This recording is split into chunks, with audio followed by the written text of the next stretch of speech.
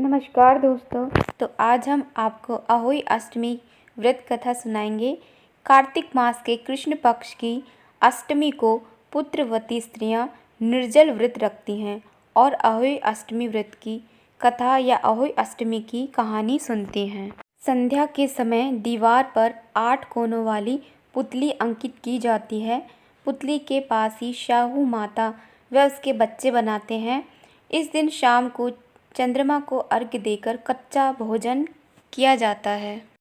अहोई अष्टमी के दिन माताएं अपनी संतान की सुरक्षा और सुखद भविष्य के लिए व्रत रखती हैं। व्रत के दिन अहोई अष्टमी की कथा या अहोई अष्टमी की व्रत कथा सुनने का विधान है। अहोई अष्टमी की कहानी सुने बिना व्रत को पूरा नहीं माना जाता है।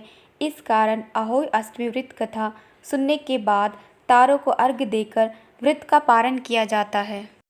आइए अहोई अष्टमी व्रत कथा सुनते हैं। प्राचीन समय की बात है।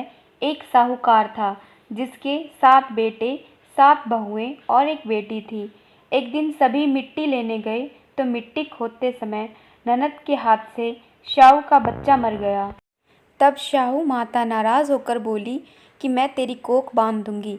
तब ननद ने सब भाभियों से कहा कि मेरे बदले तुम अपनी कोख बंधवा लो। तब सब भाभियों ने तो मना कर दिया, किंतु छोटी भाभी ने सोचा अगर मैं अपनी कोख नहीं बंधवाऊंगी तो सासू जी नाराज़ होगी। इसलिए उसने अपनी कोख बंधवा ली। जब उसके बच्चा होता तो वह अहोई के 7 दिन बाद मर जाता।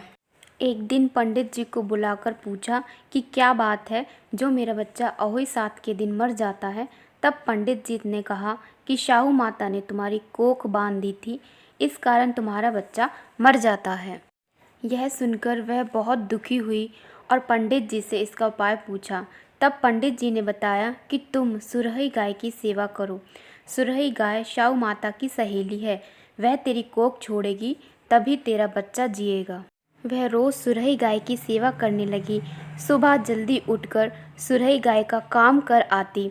गौ माता ने सोचा कि आजकल कौन मेरी सेवा कर रहा है, बहुएं तो काम करते हुए लड़ाई करती है।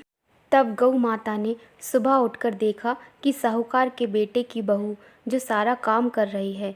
गौ माता बोली कि तेरी क्या इच्छा है जो तू मेरा इतना काम करती है, मांग क्या मांगती है। तो साहूकार की बहू बोली मुझे वचन दो। गौ माता ने वचन दिया।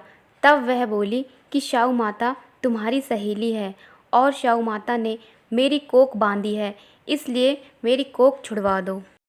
तब गौ माता 7 समुद्र पार कर अपनी सहेली के पास जाने लगी तो रास्ते में धूप थी।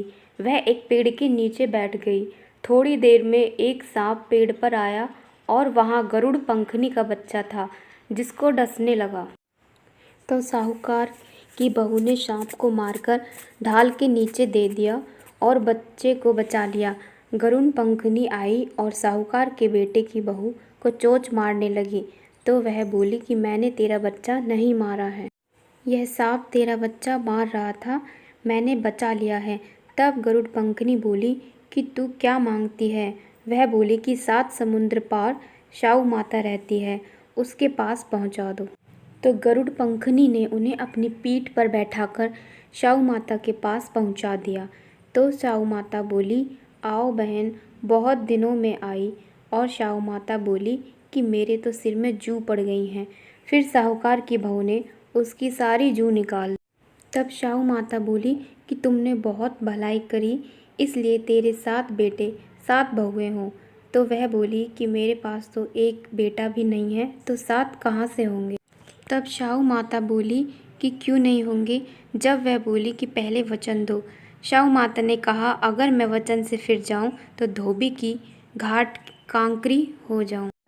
तब साहूकार की बहू ने कहा कि मेरी कोख तो तेरे पास बंधी पड़ी है। तब शाहू माता बोली कि तूने तो मुझे ठग लिया, मैं तेरी कोख खोलती नहीं, किंतु अब खोलनी पड़ेगी।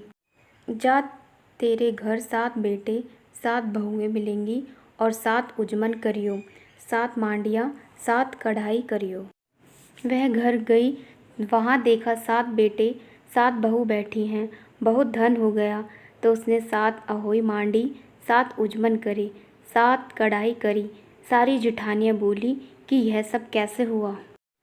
तो वह बोली, मुझे तो यह सब शाहू माता ने दिया है। हे शाहू माता, जैसे साहूकार के बेटे की बहू को दिया वैसे सबको देना। अहोई अष्टमी की कहानी कहने वाले को, सुनने वाले को और पूरे परिवार को देना। यह थी अहोई अष्टमी व्रत कथा। इस अहोई माता की कथा को सुनकर व्रत का पालन किया जाता है, जिससे व्रत का पूर्ण फल प्राप्त होता है।